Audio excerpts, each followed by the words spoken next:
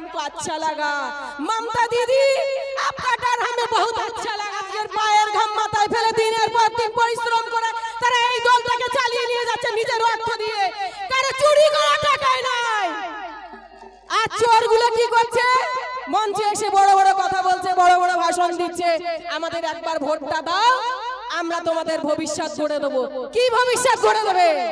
ওরা চুরি করা শেখাবে আপনাকে, আপনার অধিকার দেবে না, আপনার অধিকার হরণ করবে, আপনার সম্মানহানি করবে। কি করবে ওরা? আমরা এর আগেও দেখেছিলাম 2019 সালে এই যাদবপুর লোকসভায় একজন প্রার্থী দিয়েছিলেন এই শাসক দলের, মিমি চক্রবর্তী। জানেন তো সবাই? তাকে দেখতে পেয়েছিলেন একদিন? উনি হচ্ছেন অভিনেত্রী, ওনার কাজ হচ্ছে অভিনয় করা, টিকটক করা, শুটিং করা, পার্লামেন্টে গিয়ে কথা বলা নয়। আজকে দিনেও শাসক দল আবারও সেই একই কাজ করছে। একজন অভিনেত্রীকে এখানে পাঠিয়েছে যাদবপুরের ভোটটা নেওয়ার জন্য, বাংলার মানুষের অধিকার হরণ করার জন্য, লোকসভায় গিয়ে কথা বলার জন্য নয়, টিকটক করার জন্য পাঠিয়েছে। সেই জায়গায় আমাদের ইন্ডিয়ান সেকুলার ফ্রন্ট কি করেছেন? একজন আইনজীবীকে পাঠিয়েছেন যিনি সংবিধান নিয়ে মানুষের জন্য কথা বলতে পারে, বাংলার মানুষের জন্য লড়াই করতে পারে, যাদবপুরের মানুষের জন্য লড়াই করতে পারে। আপনারা সংবিধান চান না টিকটক ভিডিওওয়ালা অভিনেত্রী চান? কোনটা একটু জানাবেন? সংবিধান চান, আইনজীবী চান না অভিনেত্রী? একটু জোরসে বলুন। সংবিধান। আমরা অ্যাডভোকেট চাই। কেন? যে সময় এই 2021 সালে আমাদের উপরে রোলার চালিয়েছিল শাসক দল, যখন 23 সালে আমাদের উপর রোলার চালিয়েছিল শাসক দল, তখন এই অ্যাডভোকেট নূর আলম খান আমাদের জন্য লড়াই করেছিল কাশীপুর থানায়। মনে আছে আপনাদের? বারাইপুর, আলিপুর, হাইকোর্ট, জজ কোর্ট, প্রত্যেকটা কোর্টে আমাদের জন্য প্রতিনিয়ত লড়াই করেছে, ঘাম ঝরিয়েছে। আরো অনেক অ্যাডভোকেট আছে, তারাও কিন্তু ক্যান্ডিডেট হয়েছে। ডায়মন্ড হারবার মজনুর আলম হয়েছে, আমাদের জামির দা হয়েছেন বারাকপুর, আরো অনেক জায়গায় আছেন, কোথাও প্রফেসর, কোথাও ডাক্তার, কোথাও মাস্টার। আর শাসক দলের নেতাদের দেখুন, এরা ক্ষমতায় আছে, তারপরেও কোথায় অভিনেত্রী, খেলোয়াড়, কোথায় সেলিব্রিটি এদেরকে প্রার্থী করছে। কেন বলুন তো? ভয়ে। আইএসএফকে দেখে খুব ভয় লাগছে না? ভয় লাগা ভালো। ये डर हमको अच्छा लगा। ममता दीदी आपका डर हमें बहुत अच्छा लगा है। বাংলার মানুষ আপনাকে বুঝিয়ে দিয়েছে, আপনার রাতের ঘুম হারাম হয়ে গেছে। শ্রদ্ধা করে, ভক্তি করে এবং ভালোবাসে। ছোট বোন তো একটু এটা ঠিক করে দিলে ভালো হতো। আমি একটু ঠিক করে নিচ্ছি।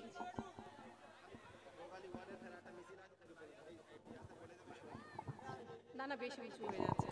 আচ্ছা, আসমাদিকে আগে উত্তরীয় দিয়ে বরণ করে নিচ্ছে। তোমার নাম?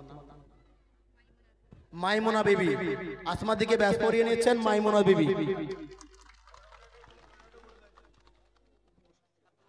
আচ্ছা, আপনাদেরকে যেটা বলার সেটা হচ্ছে, ভাইজান ডায়মন্ড হারবার থেকে বেরিয়ে গিয়েছেন, অল্প কিছুক্ষণের মধ্যেই আমাদের মধ্যে এসে উপস্থিত হচ্ছেন। সুতরাং আমাদের আজকের এই সভা শেষ অবধি কোন জায়গায় যাবে আপনারা আন্দাজ করতে পারছেন। এখন আপনাদের সামনে বক্তব্য রাখবেন আসমাদি।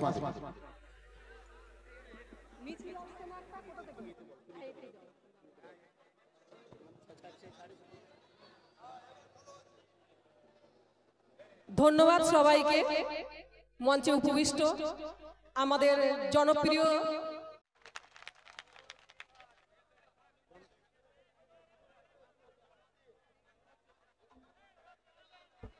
ধন্যবাদ আমাদের রাজ্যের সাধারণ সম্পাদক। ওনার কপাল ফেটে গিয়ে রক্ত বার হচ্ছিল, এসএসকেএম এর সিটে বসে ছবি শুয়ে তার ছবিটা শেয়ার হচ্ছে।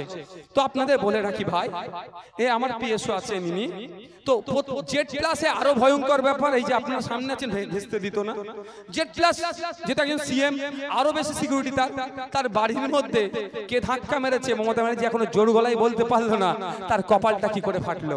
যদি তার বাড়ির কথা না, তার বাড়ির প্রতি তার কনফিডেন্স না থাকে, সেই 42টাকে কনফিডেন্সে রাখতে পারবে? এই মিস কল মারা তৃণমূলের প্রার্থীদেরকে আগে বর্জন করুন।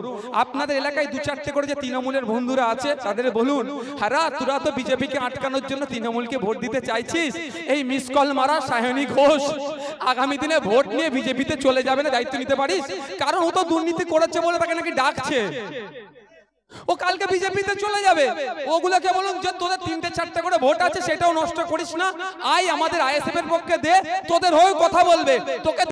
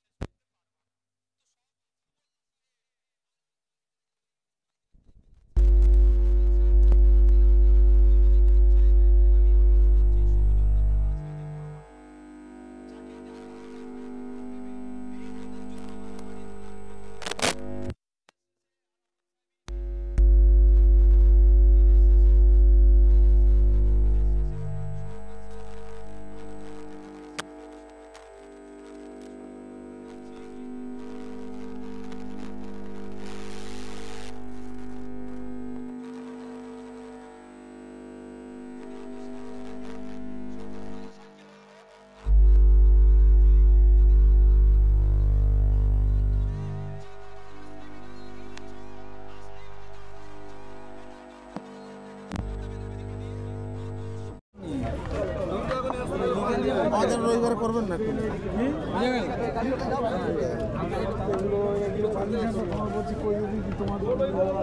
রবিবার অন্য অন্য জায়গা প্রোগ্রাম রাখেন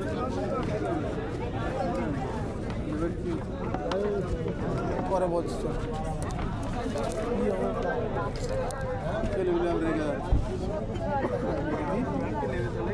সব বাইরে আর আমরা কি করে প্রোগ্রাম ছেলেগুলো বেরোবে না কেউ মান সম্মানে এটা বোধরা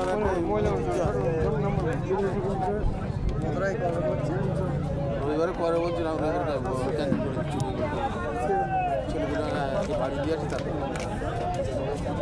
ছেলেগুলো না বাড়ি আসলে ছেলেগুলো বেরোবে বাইরে বাইরে আসতে কেসকে বাইরে জামিন না পড়লো কোনো তার বলি এখনো বাইরে বাড়ি উঠতে পারছে না।